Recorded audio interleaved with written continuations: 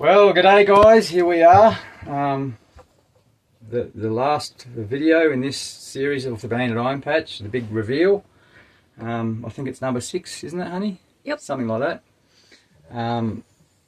It's going to be a little bit of an anticlimax, I guess, in some ways, because you pretty much know what's going on because we've gone through a lot of it through the other videos, and we've taken you on some twists and turns and some cryptic bits and pieces, not letting you directly get here yet, for a reason. So to get people talking, get people thinking.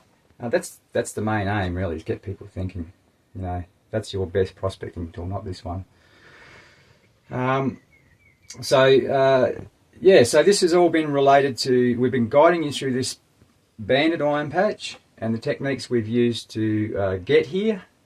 Get on the ground, find the spot, find the area, good area. The main patch was always a kilometre or so that way of this spot, which you'll see in a minute. But that's what we love to do. That's one of our sort of, I don't know, I won't call it a specialty, but we feed off that. So we'll find a really good area where there's just a shitload of good patch, and unless you've got machinery to remove all the trees and a couple of feet of dirt, we feel we're wasting our time on them. So we always just push out to the side and hang around. And in our opinion, that's probably what most professional prospectors who try and actually survive somehow off this, because it's bloody hard to do, that's what they're doing. They're working on the fringes of the good areas. There's still gold there. So thank you for coming on this journey. This is also not at all about showing off. I promise you, I really don't want to be doing what I'm about to do. Do we, honey? Definitely not. Definitely not. Absolutely, we are torn about this, but to be honest, guys, no real serious prospector is going to show you this shit, and the only way you're going to actually see this by the end, you'll be spun out. I think you'll be actually amazed at what you see at the very end, and the only way that aspiring prospectors who haven't been out there busting their butt full time for years are going to see this and understand it is to see it, just to see someone's patch. And as much as it aches us to show you, that's what we're going to do, because it's the best way. You want to see, if you see a real prospector doing a real work, it doesn't get any better than that. So, I guess without further ado, honey, if you want to come around here, we'll have a look. So, just have a good look at that, honey. So going a bit closer. So that, and bear with me, we're still leading you on some cryptic little tours. You'll have to wait. That was the initial patch. Now, as I said, over in this direction, up on a breakaway, and we've talked about breakaways, CZL and banded iron as 3 of your main targets. Well, this patch is a ripper. It's banded iron with a breakaway up here with CZL on it. I mean, yeehaw! These are the sort of X's you want to look for when you're looking for ground. If you can find those 3 together, I could only do one better and say that if there was banded iron, CZL with a breakaway, and a massive gold deposits in it within 1 or 2 kilometres, holy crap. Tying all those pieces of the picture together, it's not just about CZL. CZL's shit on its own, and it's very hard to work. It's about piecing all these pictures together. Anyhow, I waffle on a lot. Some of you appreciate it, some of you don't. This was the initial patch. These brown dots are our camps. Green for us is go, or an area of interest we're searching in. These green ones. Now, this is the banded iron ridge here. You won't see it clearly yet. Bear with me, but that goes this way for kilometres, and you'll see that in a minute. We're being a bit sneaky still. Pardon me. So initially we picked up these little this little blob here, or Kathy did, and then I was right up her bum like a fly on a piece of shit, which is what you want to be. You want to be working as a team, not wandering all around, and working methodically. So there was 100 small little scrapey holes that had, and we got one or two over here. We just marked a few. There was a patch of very shallow, I'm guessing 0.2, 0.3 nuggets at the most through here. You can never be sure, but we got one or two, and that's what we feel it was. They're all very, very shallow, sitting on easy ground to work. Over here is very rocky, like big bundies, ankle breakers. You've got to stand still and just do this. You can't even walk sometimes. So we camped over here. We lucked out by just getting a piece.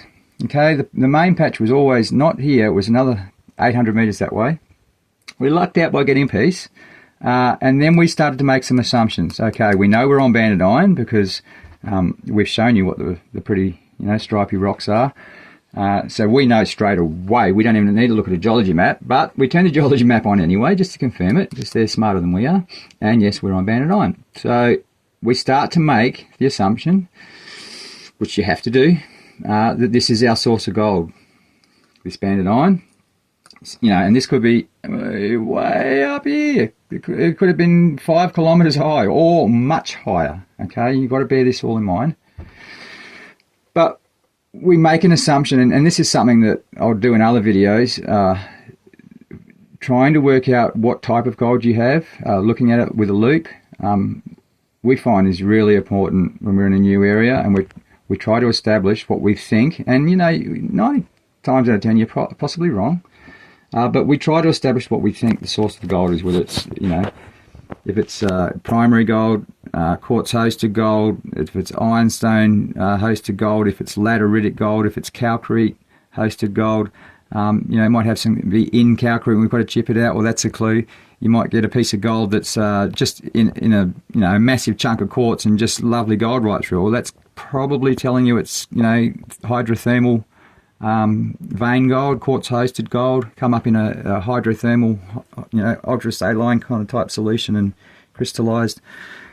So after a while, you get to look at gold and make some assumptions on where you think it came from. In our, best guess, banded iron, we're starting to make the assumption banded iron, but it could have been CZL from around here sucking it up too. We don't know, but we make an assumption, sorry to waffle, that this is our point for the moment, because it's the only reference we got.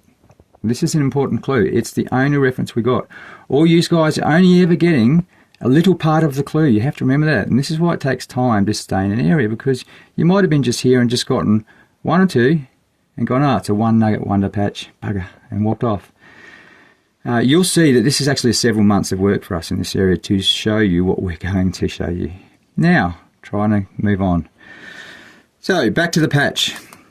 We start making assumptions. This is the source of gold. So the slope down to the creeks is this way, and ground is sort of running that way to the naked eye. It actually is not, but it looks mainly, and you can see these tracks and little creeks and washes. There's a creek coming down there. It's actually running that way, and we worked this out with the ground direction that I showed you in another video, and the creeks at the bottom also show, as everything gets to the bottom of the creeks, this pattern happens. See the washes, they all start to go that way. Whoops. And that's the major creek.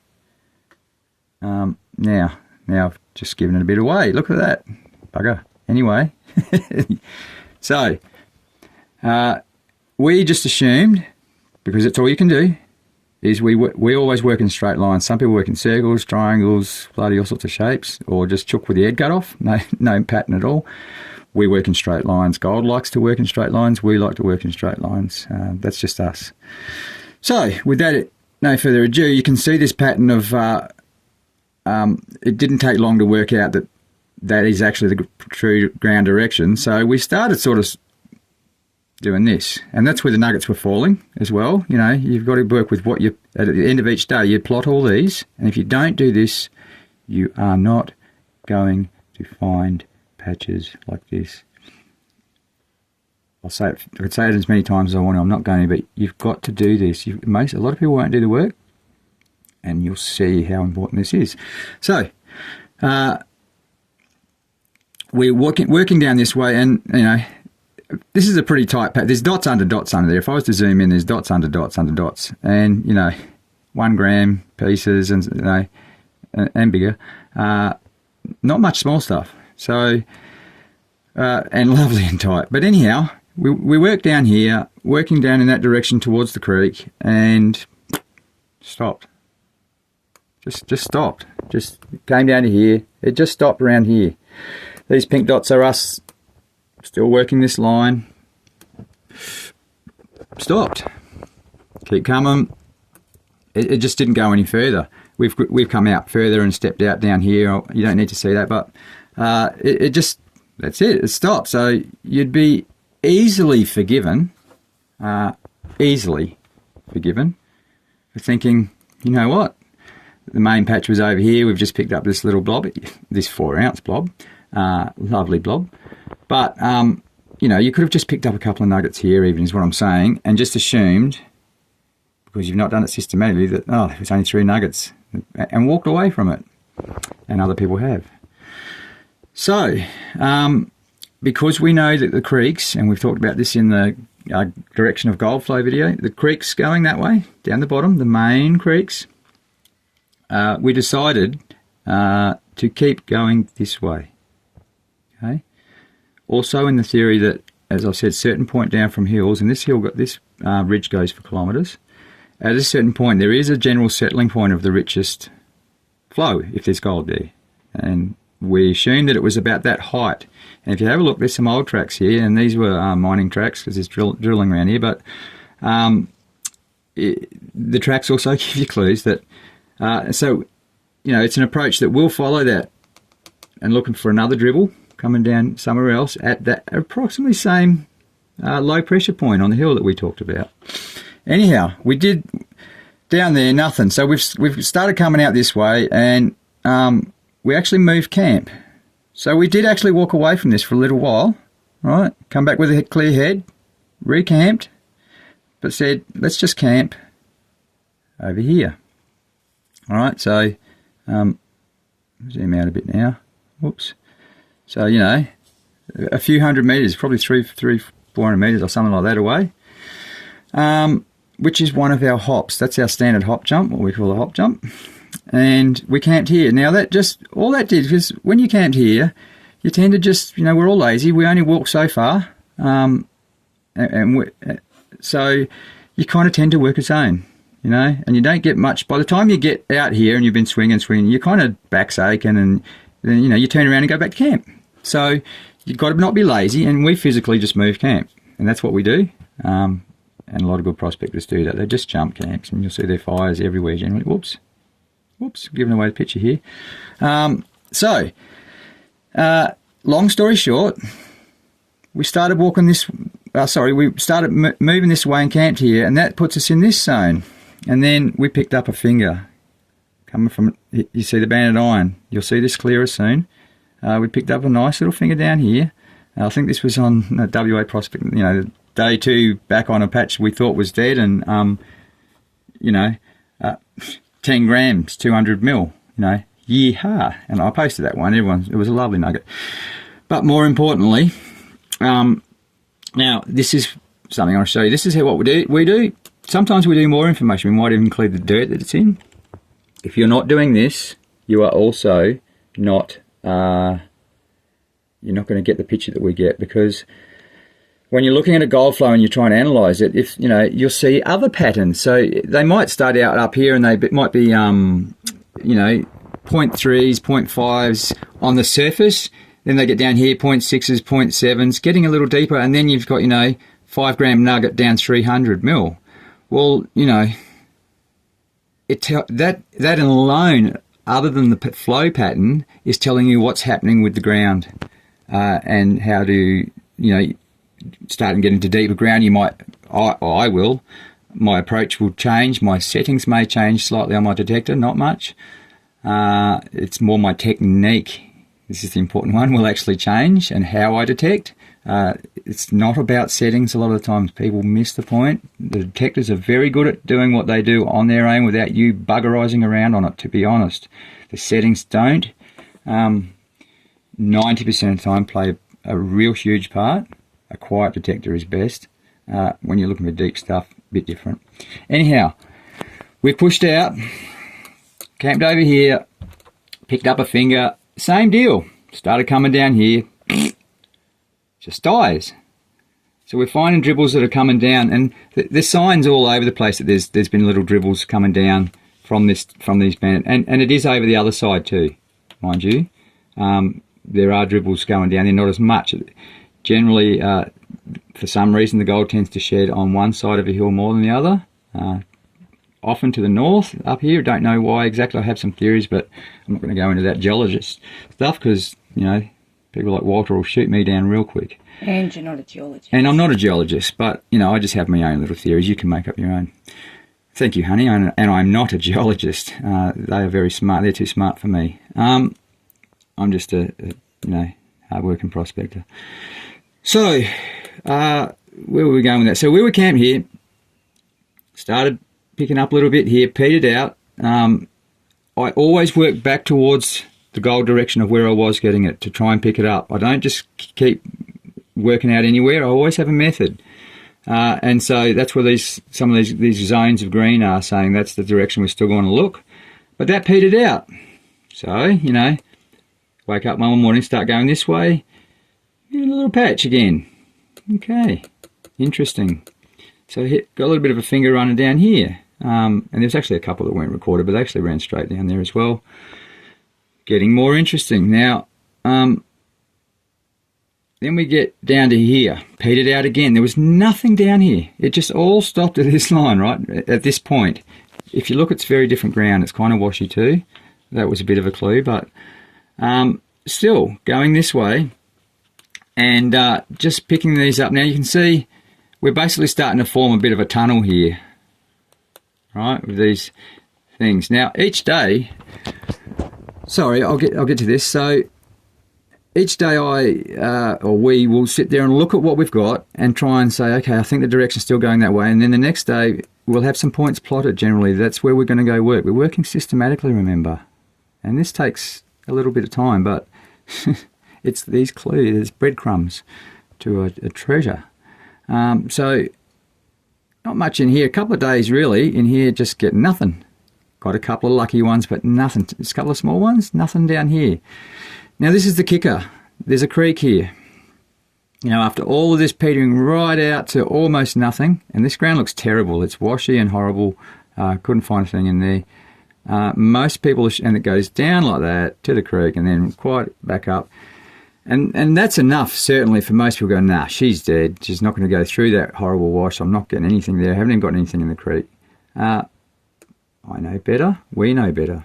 So, you know, we keep persistently walking, and we know that the ground direction is something like that, maybe a bit more like that. Anyhow, here's these trees up here that the old time, I am absolutely certain there was fingers of gold up here connecting up to these ones, right? In a lot of these spots. I found an old camp here that was like so old. The only way I knew it was a camp was because I dug down, I don't know how deep, and got some really old charcoal from a campfire and a little bit of, like, I don't know, 80-year-old rubbish. Sieve wire absolutely everywhere. I reckon they're having a party up there, the old timers. Now, if we just keep going this way, look what's happening. And now let's actually give them a bit more of the picture so they can actually really get to see what's going on here. Now, you know, any one of these spots, if you just bush chucking around, you're not going to piece this picture together at all, right? Even if you remember where these are, you're not going to piece this picture together. You need to look at the big one. So if we start looking at the big picture, right, this is our banded iron reef. Right, I mean, and you're still looking at the small picture too, by the way, but I mean, look at this. Yeah, so up here, they dry blade the crap out of this, I reckon. you know, and again, all these things are just making me, every time I find a new clue, I'm fairly certain that that's the source. It's probably long gone, the actual, you know, deposit. It's just everywhere, down in the creeks, way up there. But anyhow, you can probably see that that is only a 30-odd metre wide, sometimes 40-metre wide band, and there's a couple of ones not here, but we've had a look on top and bottom of this, and there was bugger all outside of it. So unless we were doing this each day, a bit of flagging tape went out to that spot, bit of flagging tape went out to that spot. I chained in there all day. Didn't move, didn't want to go back for lunch, come back here. Doesn't matter what you're getting. You know, these sort of things make you, if you just look at them on their own, you think, oh, the patch is going that way. And there probably was a finger, but it's the big picture that is mostly missing. And wait till you see the bigger picture. So, you know, coming across here was a barren zone. I was almost, after being, you know, quite away from the main patch, I was almost ready to give up myself. It was only the one more walk over here the next day and hitting this spot, and that thick there, I think you can see there's dot under dot under dot under dot. So when you're going, you know it hasn't been detected, right? And there's the spots we really love, and they're bloody fun to work when you get them too. Anyhow, so next day, a new set, bang bang, went out in that zone. I had a look at the ground, I had a look at the satellite, I had a look at everything. I made the decision to plot those ones there, and again, there's dots under dots there. The nugget started getting bigger, you know, 0.5 gram, 1 grams, 1.5 grams, averaging, you know, around 0.8, 0.9, 1 grams, getting tastier. Once we locked onto this is keeping on going, we're like a bulldog. Who gives a shit? Don't even look anywhere else. We are determined and bloody minded, you know, that's the way you got to be. So again, another set of flags go up, and it's pretty hard to do this on pending ground. We either whack stakes in the ground, which is actually the best way, or flags in trees, you know, flagging tape. When you're doing that on pending ground, well, yeah, you're going to have a lot of new neighbours really quickly, I'd reckon, and your patch is gone. So that can be difficult. You can do it with little rocks on the ground, just a little rock, tie a bit of tape around it, drop it on the ground. And then that way, you know, unless you're not going to see it from a distance so much, you can do it sneakily. Anyhow, systematically working out each day. You know, they might be 50-metre areas or something like that, 100 square metres or something or more. But carrying on. Now, down here, now just out of curiosity, without getting too caught up in these bloody trees, they're all only clues. Directly up here in these, where I think there was fingers of gold coming down, where these old timers were, is the main ledge of the hill. So it's come down, and there's settling points like that, and then it goes down. It's a bit like a slip, you know, the old slippery dips in the 70s. We used to go on a Hessian bag, those things. So there's multiple ledges. It's not quite as simple as the hill that I drew with the. Yeah, it's not that. It's you know, this sort of thing and more going on. So up here was actually the main ledge that, as you can see here, in my opinion, that was the main ledge of the area with the golds just and sat there, right? But then it's continued to migrate in fingers as well. And in our opinion, and again, it doesn't matter whether you agree with me, whether you don't agree with me, whether we are right or whether we are wrong. What matters is we picked up this amazing patch, band of gold, that you just wouldn't, you know, if you just look at any one piece, you just would not follow that. This is over 1.5 kilometres, people. You know, but very concentrated. So we didn't have to work too hard. Once we locked onto this, mate, I had a big, you know, I love these spots. I had a smile on my face every day like it was Christmas. Anyhow, Main Creek, you do have to be careful. So we did talk about fingers, and this is a big finger that it's ended up laying in, which you'll see really impressively soon. But we also have some points of the ground that they sharply migrate. There is actually a bit of a drop off through some of these washes. Not clear to see easily on satellite, but they were there. And these areas around here there wasn't much in between, and there was no gold in between, but these bottom areas is where these other trees were chopped down, and by modern prospectors with chainsaws and just dropped and left to the ground, just so they can get around all the shrubby crap without poking their eyes out and looking for big gold. They weren't too worried about clearing the area, they're just looking for chunks, I reckon. Anyhow, this line here, if you look, forms a pattern. These trees being chopped down up the top, down the bottom, top of the patch, bottom of the run, top of the run, bottom of the run. This is just our theory.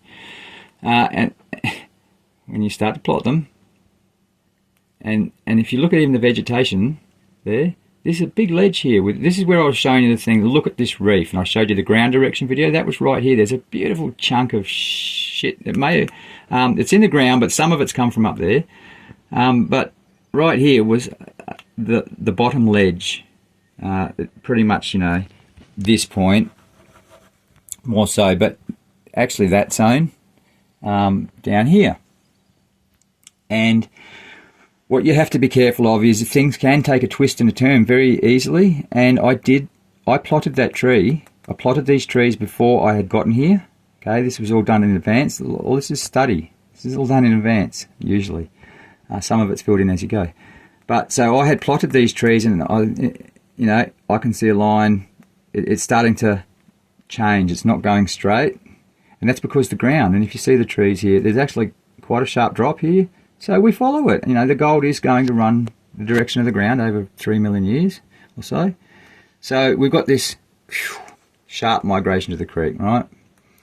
But here's another thing, and it's clear in the gold direction videos. You do at the end of your flows and things like that, or more so at the bottom of the flow is what I should say.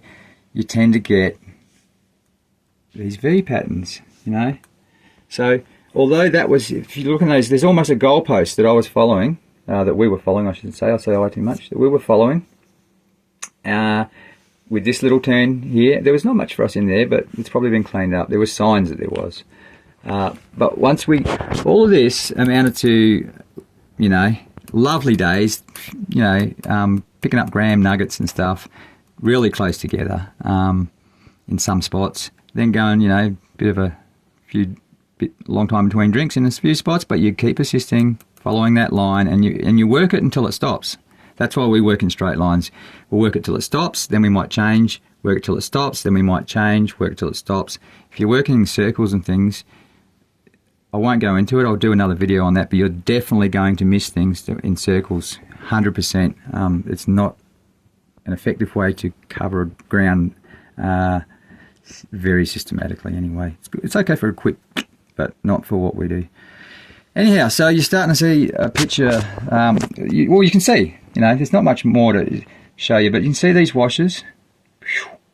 As they come down, they migrate in that direction, which is what's led us in this direction to start with.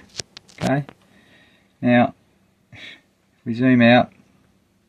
Now, as I said, these were this was good gold. You saw the picture, the handful of gold around here, and it was all good gold. But here's the kicker: we drop right off here, and I bang on about these because bloody love them. They're hard to find, these spots. They're really hard to find because they're often just a blob, and it's a crumb of trails like this that if you've missed is what will lead you to this, because otherwise it's just a blob in the middle of friggin' nowhere that you're never going to find, and deep ground, so you have to be listening good. But you know, I mean, look at them. They are. I was pig in mud that day, so this is the spot that I was saying, you know, our worst day down there was 5 grams, and quite a few of those days were raining where we only got, you know, some days Kathy wasn't well, so it was just me, but you know, and I was only getting 2-3 hours detecting and picking up 5 grams. Well, who needs machinery, you know? That's freaking awesome. Anyway, so you can see that, you know, this systematic gridding, if you don't include this information, you don't know where you've worked. You could come back to this patch next year and pick up on it, I think we've done a pretty damn good job. That is actually quite amazing. We're amazed with that, to follow that and not be able to find bugger all. Just amazing. Anyhow, you can see by all this systematic gridding here, pinks mean detected nothing found, pinks mean detected nothing found. There was old-timers rubbish, sieve wire everywhere. They were up there with their pans and their dry blows, don't you worry. I don't think there's that much more to show on this, really, to be honest, honey, but this is something that might spin you out. And you're never likely to see this, sorry. I reckon 95% of you have never, ever seen this and are never likely to see it, except for now, maybe. Unless you know a professional prospector that does all right and is going to show you his gold pit, which I don't know any, and we don't want to show it, but we're doing it for your advantage. So, you know, when you zoom right in, you know, that's what I say. That's how we started off. Easy to walk away from that thinking that's the end of it. You have to be thinking of the big picture, and this in this case took about 6 to 8 weeks in this area, okay, to get this. But get ready for something rather interesting, okay? So if I keep zooming out, now, if I might just, if I do that, well, just get a look at that for a sec. So this is this gold flow is actually over 6 square kilometres. Okay, just bugger off for a sec, hun, because I've got to do something sensitive here. Turn that up that way. Sorry, but you know, while we're showing you our patch, there are other sensitive areas we do not want to show you, and you know, I think that's pretty fair. But I just want to show you something here. If I just get it right. Okay. All right, hun, come over. So that is a gold flow. It's like a big friggin' worm. Now we believe this is 6 square kilometre gold flow here. 6 square kilometres, right? As we said, there's not many yellow dots in here because this was the main patch. I couldn't even hazard a guess at how many ounces, forget ounces, how many tens of kilos or hundreds of kilos have come out of this spot. That was the main breakaway in the main patch that so many people have camped on. It's like the moon, there's just holes and moonscape everywhere. So if you filled that in with dots and then brought that up here somewhere, you know, up in the sky, because of the erosion factor, you know, it could be hundreds or kilometres of up in the air. That's about ground central. Imagine, you know, it's like a meteorite hitting there or something. Not really saying that there's a meteorite gold, but I'm waffling on. What I'm just trying to say is that is a 6 kilometre square kilometre gold flow that we believe is basically resulted from one flow. Banded iron patches are on a massive scale. They're a massive deposit, and massive deposits are what mining companies are. They're what they're looking for. But it's not just banded iron, but we're just trying to illustrate that you're not seeing the big picture. You know, people that pick up, you know, there was I've got a 76 gram sunbaker over here. Go figure. You know, I got a 40 gram sunbaker down here somewhere. The big picture, like that's 6 square kilometres, that amazes me when you see that, the flow, you know. So, and it's only documentation that gives you this treasure map. There's no geology map. There's no, there's no special maps. There's no resource that you can look up. There's nothing you can Google. There's nothing you can YouTube, except for maybe us. No, but there really isn't. And that's why we've showed you that. And I could show you an actually even more impressive one, but I don't want to because it's important ground to us, and I'm not going to, in fact. I think we're about there, aren't we, hun? I think we're about there. Thank you so much for watching. It's been a great journey. We have stacks to share with you, but we need you guys to support us. This is taking a lot of our time, and we make nothing out of this. With this YouTube channel's, it's scaring us a bit because it's taking so much time. If people support it, subscribe and watch it, and we see that, we'll put more time into it. Otherwise, we won't.